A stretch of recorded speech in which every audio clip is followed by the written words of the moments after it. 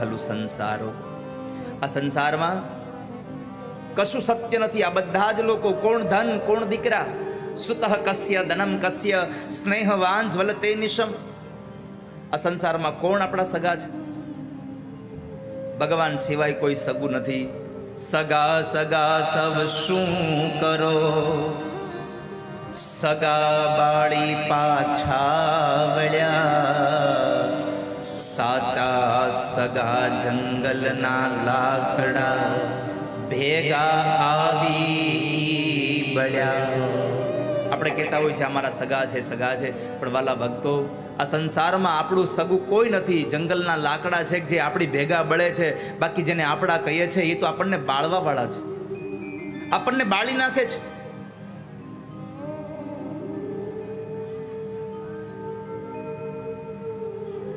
આત્મદેવ બ્રાહ્મણને થયું શું કરું, એટલે પોતાના જ દીકરા ગોકર્ણ મહારાજ પાસે જઈ અને એને પ્રાર્થના કરીને કીધું કે મારા દીકરાના મોહના અંધારા કોમાં હું પડ્યો છું. હે ગોકર્ણ મહારાજ, મને આમાંથી બહાર કાઢો. હવે શું કરવું જોઈએ મારે? મારા દીકરાએ મને પાટું માર્યું છે, મારે શું કરવું જોઈએ? ત્યારે ગોકર્ણ મહારાજે એટલું જ કહ્યું, પિતાજી એક વાત કહું, ધર્મં ભજસ્વ સતતં ત્યજ લોક ધર્માન, સેવસ્વ સાધુ પુરુષાન જહિ કામ તૃષ્ણા. અન્યસ્ય દોષ ગુણ ચિંતનમાસુ મુક્ત્વા, સેવા કથા રસમહો નિતરામ પિબત્વમ.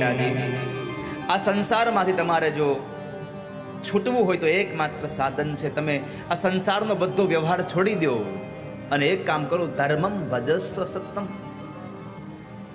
તમે ધર્મને ભજો.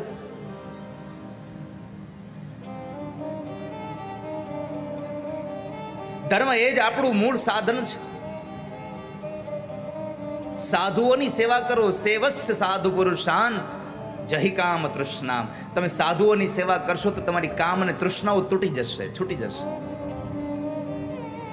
અને પિતાજી, આ સંસારમાં સુખી થવાનો એકમાત્ર રસ્તો બતાવું.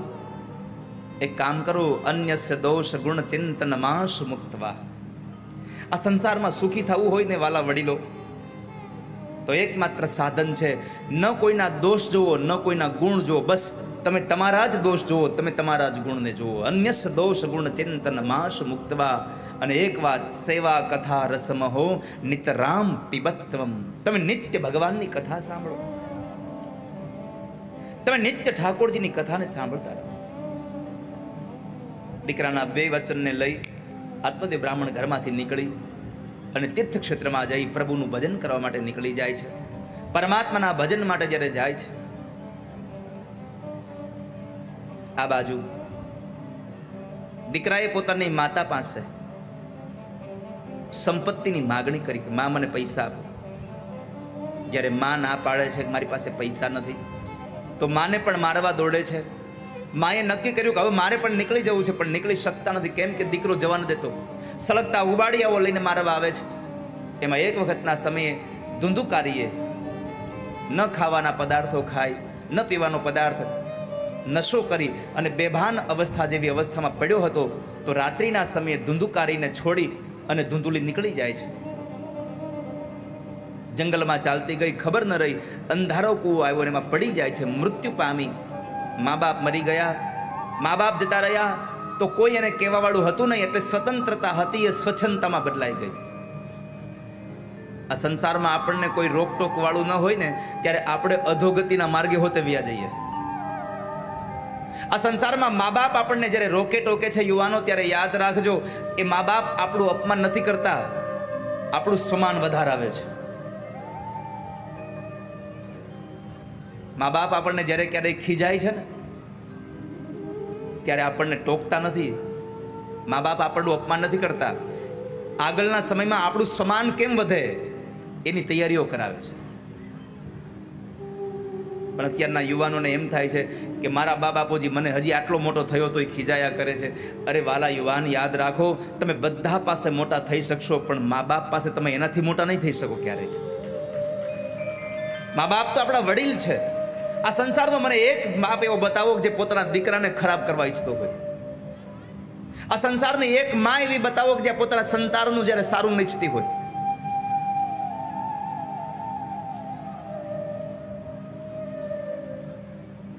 એક બતાવો મને. પણ અત્યારના યુવાનોની જરા વિચારધારાઓ બદલી ગઈ, અને અત્યારના યુવાનો તો એટલા બધા શોર્ટ માઇન્ડેડ થઈ ગયા,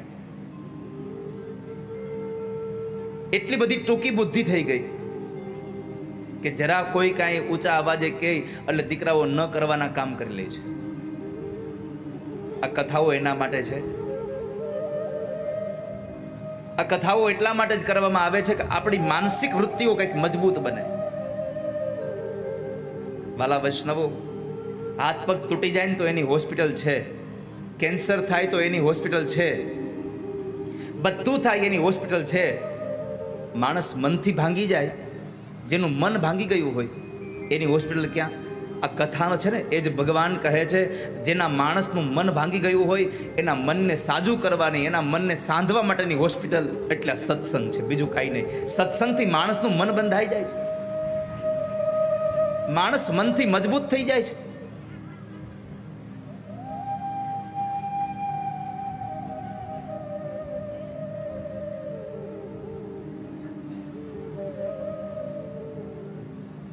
ધુંધુકારી હતો, માને જવાનો હતો ત્યારે માં એની અંધારા કૂવામાં પડીને મરી જાય છે. સ્વતંત્રતા સ્વચ્છંદતામાં બદલાઈ ગઈ. 5 ગણિકાઓનો સંગ થયો, અને 5 સ્ત્રીઓના સંઘની અંદર એમણે એક વખત રાજાનો ખજાનો તોડ્યો.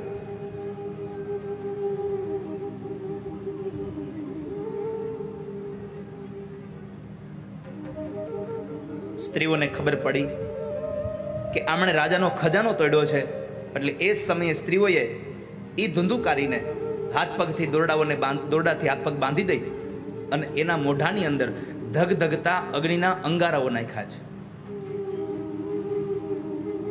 એને મોતને ઘાટ ઉતાર્યો. ધુંધુકારી મર્યો એટલે પ્રેત બન્યો. જેણે કામ સારા ન કર્યા હોય એની ગતિ સારી ન થાય. મૃત્યુ પામ્યો, પ્રેત બન્યો. પ્રેત અવસ્થામાં બહુ યાતનાઓ થતી હતી. ગોકર્ણ મહારાજ તો યાત્રાએ નીકળી ગયેલા હતા. ગયાજીમાં જઈને શ્રાદ્ધ કર્યું, અને એ ગયાજીમાં શ્રાદ્ધ કર્યું તો એમણે થોડા સમય પછી પ્રેત ધુંધુકારી એની પાસે આવીને રડે છે, મને મુક્તિ અપાવો, મુક્તિ અપાવો, હું તમારો ભાઈ છું. ગોકર્ણ મહારાજ પ્રશ્ન કરે છે, મેં તો ગયાજીમાં શ્રાદ્ધ કર્યું તમારું, તમને મુક્તિ ન મળી? પ્રેત બોલ્યો છે, ગયા શ્રાદ્ધ શતે નાપી મુક્તિર્મેન ભવિષ્યતિ.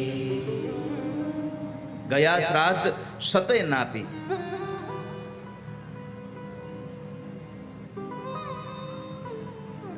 મને ગયાજીમાં 100 શ્રાદ્ધ કરો તો એ મુક્તિ મળે એમ નથી, મને મુક્તિ અપાવો. અને પછી ગોકર્ણ મહારાજે ભગવાન સૂર્યનારાયણને પ્રશ્ન કર્યો કે હે ભગવાન ભાસ્કર, ગયાજીમાં શ્રાદ્ધ કરવાથી જેને મોક્ષ ન મળે એવા જીવને મુક્તિ શેનાથી મળે? તો કહ્યું કે એના મુક્તિ માટે એક જ માત્ર સાધન છે, એની પાછળ 7 દિવસની ભાગવત કથા વંચાવડાવો, એને ભાગવતની કથા સંભળાવો. સપ્ત દિનેશ્ચૈવ સપ્ત ગ્રંથિ વિભેદનમ. 7 દિવસમાં 7 ગ્રંથિઓ છૂટી જાય એટલે મોક્ષ મળી જાય. કામ, ક્રોધ, લોભ, મદ, મોહ, મત્સર, ઈર્ષા, આ બધી જ રીપુઓ છૂટી જાય એટલે એને મુક્તિ મળી જાય.